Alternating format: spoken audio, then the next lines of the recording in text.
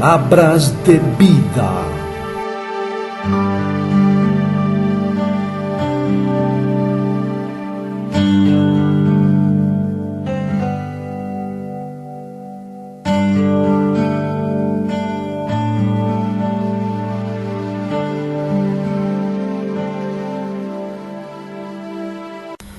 Hola amigos, bienvenidos a nuestro programa Palabras de Vida. Para mí es un gusto poder estar contigo en esta mañana y compartir con ustedes la palabra de nuestro Dios. El tema que vamos a hablar en esta hora es sobre las bienaventuranzas, que está basado en Mateo capítulo 5, versículo 1 al 12. Permíteme leer, dice: viendo la multitud subió al monte y sentándose vinieron a él sus discípulos, y abriendo su boca les enseñaba diciendo: bienaventurados los pobres en espíritu, porque de ellos es el reino de los cielos. Bienaventurados los que lloran, porque ellos recibirán consolación. Bienaventurados los mansos, porque ellos recibirán la tierra por heredad. Bienaventurados los que tienen hambre y sed de justicia, porque ellos serán saciados. Bienaventurados los misericordiosos, porque ellos alcanzarán misericordia. Bienaventurados los de limpio corazón, porque ellos verán a Dios. Bienaventurados los pacificadores, porque ellos serán llamados hijos de Dios. Bienaventurados los que padecen persecución por causa de la justicia, porque de ellos es el reino de los cielos. Bienaventurados sois cuando por mi causa os vituperen y os persigan, y digan toda clase de mal contra vosotros mintiendo. Gozaos y alegraos, porque vuestro galardón es grande en los cielos, porque así persiguieron a los profetas que fueron antes de vosotros. Mira, el nombre de bienaventuranza generalmente se le da a las 9 afirmaciones de bendición en el Sermón del Monte, mostrando el carácter y la porción de aquellos que entran en el reino de los cielos. Se halla obviamente enmarcado contraste con la administración de la ley, en la que hay una lista de maldiciones, por ejemplo, además de las bendiciones. Cuando Israel entró en la tierra prometida, se leyeron las bienaventuranzas al pueblo, pero también se leyeron las maldiciones. Ahora, déjame decirte que las bienaventuranzas son repetidas con algunas variantes. Por ejemplo, en Lucas 6, 20 al 23 vamos a encontrar un pasaje paralelo que habla de ellas. Mateo, excepto la última bienaventuranza, usa la tercera persona. Lucas la segunda. Mateo da 8 bienaventuranzas. Lucas 4, la primera, segunda, cuarta y octava de Mateo. Y también Mateo da a algunas un sentido espiritual, mientras que Lucas se limita a uno literal. Así, donde Lucas dice simplemente pobres, Mateo dice pobres en espíritu. Donde se dice, por ejemplo, Mateo dice, en Lucas lo que dice los que tienen hambre, en Mateo dice los que tienen hambre y sed de justicia. Sin duda, esto nos lleva a suponer que Jesús repitió muchas veces las bienaventuranzas en distintas formas, y a eso se deben estas variantes. Jesús dio comienzo al Sermón del Monte con las así llamadas bienaventuranzas que todo el mundo conoce. Las bienaventuranzas constituyen un programa de vida que desafía a la filosofía del mundo. Expresan una concepción de la existencia que es lo más opuesto que se puede imaginar a la que suscriben la mayoría de los hombres y mujeres. Hay que entender que las bienaventuranzas contienen la sabiduría de Dios con respecto a la forma como Él espera que nosotros nos conduzcamos en este mundo. Y obviamente, como dice 1 Corintios 3:19, porque la sabiduría de este mundo es insensatez para con Dios. Pues escrito está, Él prende a los sabios en la astucia de ellos. Dice que este lenguaje de Jesús que se expresa a través de las bienaventuranzas no se puede entender así con la mente natural. Necesitamos la mente de Cristo, como diría el apóstol Pablo, y necesitamos la guía del Espíritu Santo. El Espíritu es el que nos ilumina para entender qué significan las bienaventuranzas y cuál sería el provecho de ellas para nuestras vidas. Vamos a iniciar entonces este estudio de las bienaventuranzas tomando la primera de ellas, que dice: bienaventurados los pobres en espíritu. La expresión pobres en espíritu ha dado lugar a muchas discusiones y malas interpretaciones. Aquí Jesús no se refiere a la riqueza material, al menos en primer término. Tampoco está condenando a los ricos, ni mostrando una preferencia especial por los desposeídos o los indigentes. Él habla de otra cosa. Una prueba de ello es que Pablo no condena a los ricos, sino les enseña que su verdadera riqueza está en Dios. 1 Timoteo 6, 17 al 18 dice: a los ricos de este siglo manda que no sean altivos ni pongan la esperanza en las riquezas, las cuales son inciertas, sino en el Dios vivo, que nos da todas las cosas en abundancia para que las disfrutemos, que hagan bien, que sean ricos en buenas obras, dadivosos, generosos.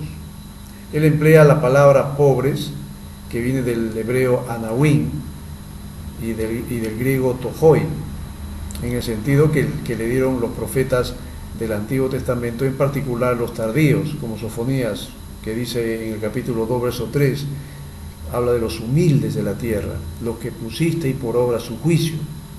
Jesús, quien desde niño conocía muy bien las Escrituras, como todos sabemos, debe haber tenido en mente la frase de Isaías, ahí en el capítulo 66, verso 2, donde dice: miraré al que es pobre y humilde de espíritu. Es decir, la unión de estos dos términos, pobre y humilde, nos da el sentido en que Jesús emplea la palabra pobre. Pobre es el que se humilla ante Dios, es el que reconoce su pobreza y necesidad espiritual, su pobreza en el reino del espíritu, aunque sea rico materialmente. Pobre es el manso, es el piadoso, es el que está disponible ante Dios. Ahora, pienso que para ser pobre en espíritu hay que desprenderse de algo.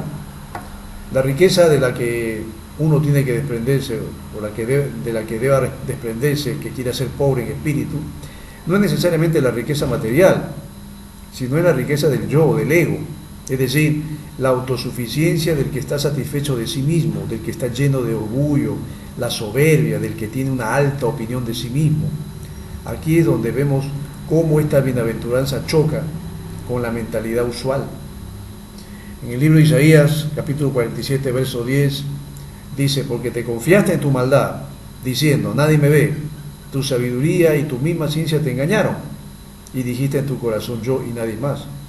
Y este versículo que estamos mencionando de Isaías es típico del tiempo de ahora, que la gente cree más en sí misma, en sus capacidades, el yoísmo es muy fuerte, el ser humano cree que no necesita de Dios, que Él se vale por sí mismo, es autosuficiente.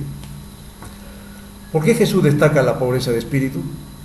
Porque la pobreza en espíritu es condición indispensable para recibir el mensaje del Evangelio, esto es, para creer y entrar en el reino.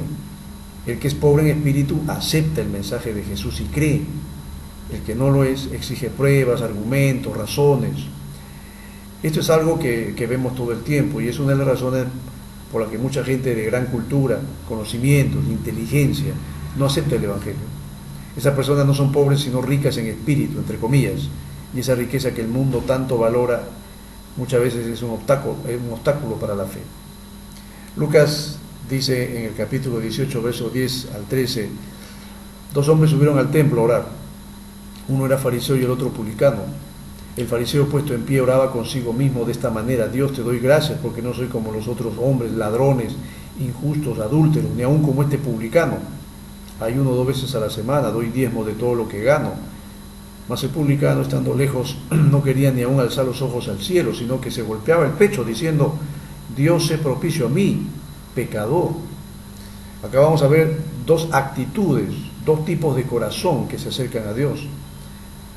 Uno de ellos es el del religioso, que como usted verá es un tipo altivo, orgulloso, autosuficiente, autosatisfecho.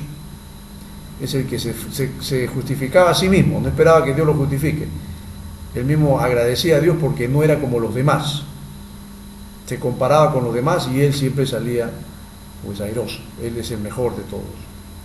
En cambio el publicano no, el publicano era una persona más bien humillada, un hombre humilde de espíritu, que se golpeaba el pecho diciendo: Dios se propicio a mi pecado. Jesús enseñó que el que salió justificado aquí fue justamente el publicano. ¿Cuántas veces no hemos escuchado en la radio o hemos visto en la televisión entrevistas a algunos personajes famosos, sea de la política o de la farándula o del deporte, y hemos escuchado que hablan de sí mismos, de sus logros, de sus aciertos, y con gran orgullo y suficiencia? En nuestra habla popular, la frase cliché que simboliza esta actitud es aquella que dice: yo mismo soy, ¿no? Es aquel que cayó en la riqueza de espíritu contraria a la actitud del pobre en espíritu.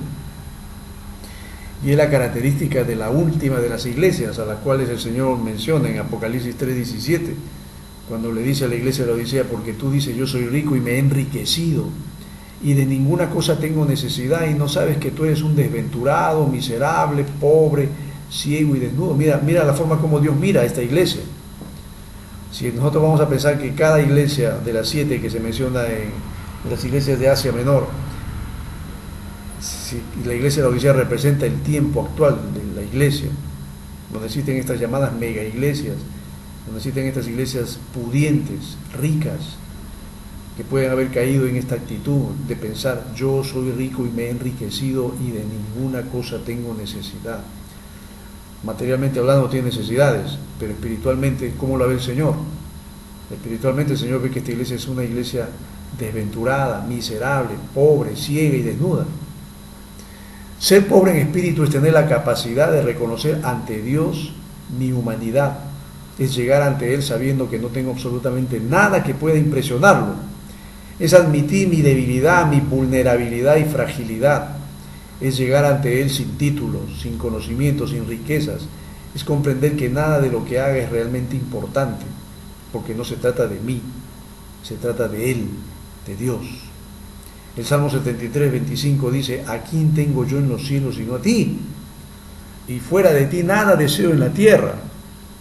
¿Te das cuenta entonces que el salmista, un personaje que obviamente tenía todo, sin embargo él al final dice y descubre que su mayor riqueza, ¿dónde está? Está en los cielos. Y que comparando con la riqueza material que él tenía aquí en la tierra, pues él dice: nada deseo en la tierra. Jesús tuvo que tratar con gente altiva, a quien llamó, a los fariseos especialmente, sepulcros blanqueados. Eran personas que en apariencia lo tenían todo, eran estudiados, se sabían la ley de Moisés al pie de la letra, es más, la enseñaban, hacían todo lo correcto delante de los ojos de los demás, pero no tenían lo que realmente importaba, no tenían a Dios, no lo necesitaban, con sus conocimientos bastaba. Y Jesús les va a decir a ellos, en Mateo 23:27 va a decir: ay de vosotros, escribas y fariseos hipócritas, mira la expresión que usa el Señor, porque sois semejantes a sepulcros blanqueados, que por fuera la verdad se muestran hermosos, mas por dentro están llenos de huesos de muertos y de toda inmundicia. Otra vez vemos la forma como Dios mira el corazón. Dios ve la profundidad de tu corazón, mi querido amigo. Aunque tú puedes tener todo materialmente hablando y puedes ser un hombre aparentemente que te va bien, ¿cómo estás interiormente? ¿Cómo te ve el Señor a ti?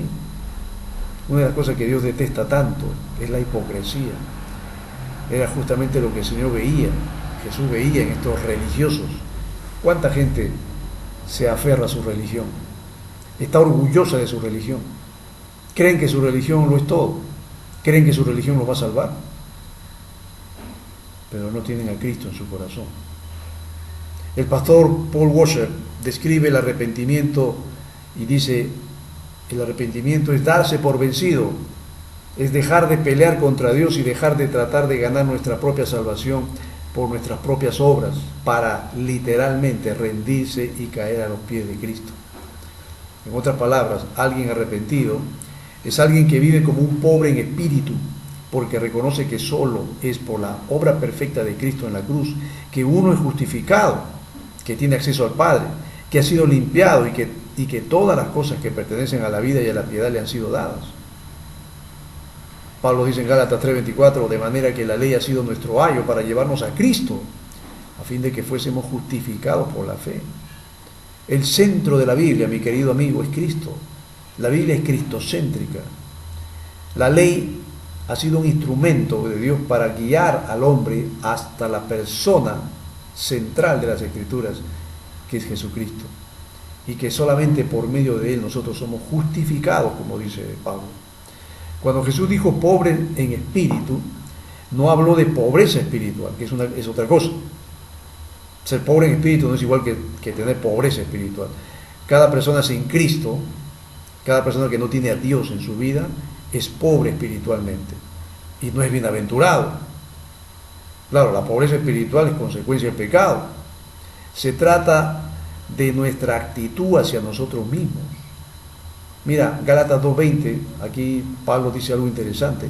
Con Cristo estoy juntamente crucificado y ya no vivo yo. Mira, el yo, que es tan común y característico del tiempo de hoy, el yoísmo, la filosofía del yo, donde el hombre quiere prevalecer por encima de los demás. Yo soy el primero, yo soy el segundo y los demás no me interesan, como decía alguien. El yo es el que se ha sentado en el lugar donde Dios tiene que sentarse, en el centro de tu corazón. Pero Pablo al yo lo relega. Pablo dice, con Cristo estoy juntamente crucificado y ya no vivo yo, mas Cristo vive en mí. Y lo que ahora vivo en la carne, lo vivo en la fe del Hijo de Dios, el cual me amó y se entregó a sí mismo por mí. Pablo pone a Cristo en el centro de su vida. Si ahora Pablo dice, ya no vivo yo, mas Cristo vive en mí. Cristo ahora es el centro de mi corazón. Y si ahora vivo en la carne, lo vivo en la fe. Lo vivo en la fe del Hijo de Dios. Y él reconoce que él le amó y se entregó a sí mismo por él. Existe lo negativo, existe lo positivo en ser pobre en espíritu. Lo positivo es que disfrutamos del poder de Dios. No es decir, soy débil, soy inútil, no puedo hacer nada, no sirvo para nada, soy un cero. No, nada de eso. Eso sería anular tu personalidad. Dios no quiere que tú te crees una autoestima que solamente te va a afectar emocionalmente, te dañes en tu autoestima. No, eso no, Dios no quiere eso. Porque al decir soy débil, soy inútil, te estás dañando a ti mismo, en tu propia autoestima. Con el apóstol Pablo debemos decir nosotros, en mí, esto es en mi carne, no mora el bien. Eso es cierto, porque el querer, el bien está en mí, pero no el hacerlo. Todos debemos reconocer que tenemos una naturaleza caída, una naturaleza pecaminosa, que es la que nos lleva a hacer lo contrario a la voluntad de Dios, porque el pecado no es otra cosa sino que infringir la ley de Dios. Pero también el apóstol Pablo decía, todo lo puedo en Cristo que me fortalece. Es decir, Pablo reconocía que tiene una entidad que lo daña, que le afecta, pero él sabe también que en Cristo todo es posible. En Cristo es tener actitud, hay que tener la actitud de Pedro en la barca. Cuando Jesús le mandó a echar las redes, él dijo, no hay caso, pescamos toda la noche y no sacamos nada. Pero a su vez le dijo a Jesús, en tu palabra echaré la red. Mira, el hombre pobre de espíritu puede reconocer sus limitaciones, pero cuando se pone en las manos de Dios, Dios repotencia ese espíritu pobre y lo hace un instrumento de bendición. Pedro reconocía sus limitaciones. El hombre pobre en espíritu reconoce sus limitaciones. Él sabe que es un ser finito, sabe que es un ser limitado y reconoce a Dios como el Todopoderoso, como el único que puede hacer lo que él no puede. El pobre en espíritu es humillarse ante Dios y reconocerlo, reconocer la grandeza, el poder, la magnificencia de Dios, que es lo que lamentablemente el ateo, el agnóstico, el yoísta no lo hace, porque está ha caído en ese espíritu de autosuficiencia. Él cree que lo puede todo, cree que sabe más que Dios. No existe mayor arrogancia, ¿no?, que uno diga, no necesito a Dios, yo puedo todo. Es esa semilla del espíritu luciferino que se reveló una vez ante Dios y Dios tuvo que despojarlo y echarlo de su presencia. El mismo diablo que aún pretende todavía, mira, a pesar de que ya está perdido y ya se sabe que está condenado para ser lanzado al lado de fuego, el diablo todavía pretende robarle a Dios la adoración, porque eso es lo que va a hacer a través del anticristo.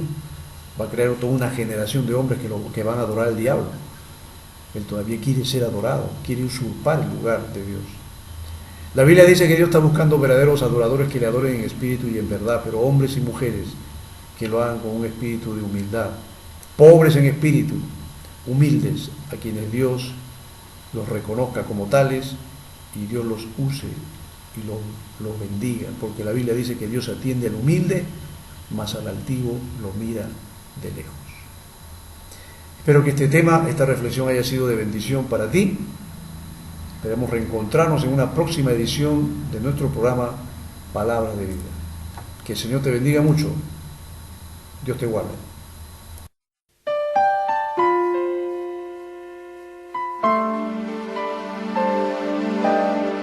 Palabras de vida.